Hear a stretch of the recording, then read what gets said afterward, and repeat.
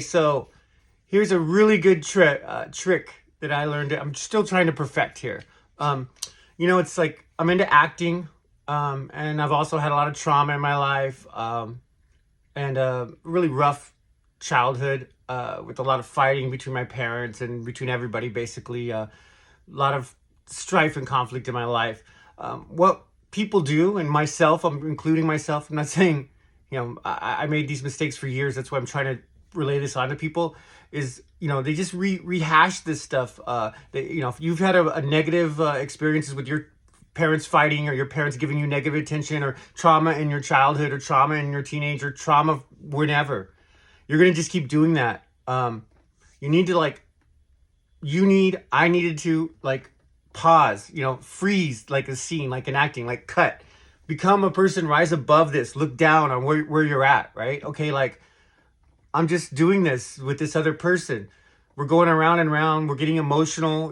Maybe it's somebody I'm romantically involved with. Maybe it's a close friend, and we're insulting each other. We're hurting each other. Okay, freeze that.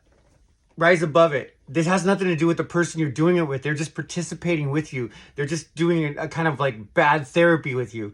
You need to both be aware of that and freeze that. Okay, let's be people. We know that we've had this trauma. We're trying to work it out together. It's nothing between me and you. This is almost like, acting comes into BDSM, right? This is almost like a safe word thing. When somebody's when you're arguing with a close person in your life, you should have a safe word for the argument. If someone's, trying to trigger you, or they're triggered and they're trying to needle at you and get what really hurts you, which is a horrible thing to do, but I've done it, and it's been done to me a lot. Safe word it, when they do that, say slow, or whatever your safe word is. Slow means back off of that. You say freeze, then you stop that whole interaction. You rise above it, and you realize that you're an adult now, and you're reliving, past traumas through this other person, who you're emotionally involved with in some way, and it has nothing to do with them or yourself. You're just doing what your mind. You're doing this thing with your mind, trying to relive that, so you're desensitized, or trying to relive it so you can feel like you've done something similar to that and it's come out a little better, or it hasn't had as negative a consequences as it was when you were younger or in the past.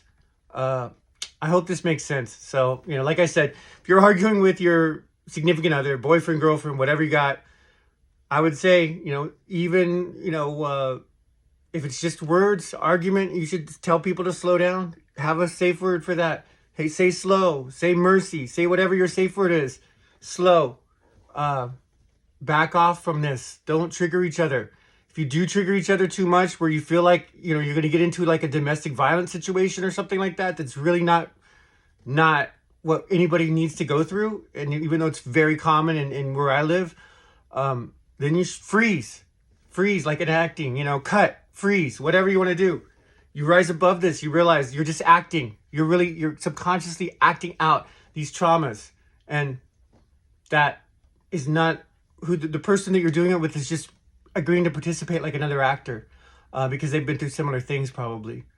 And it's nothing to do that they're a bad person and you're a bad person. It's just trauma happens, and our minds try to have us act it out again for whatever reasons.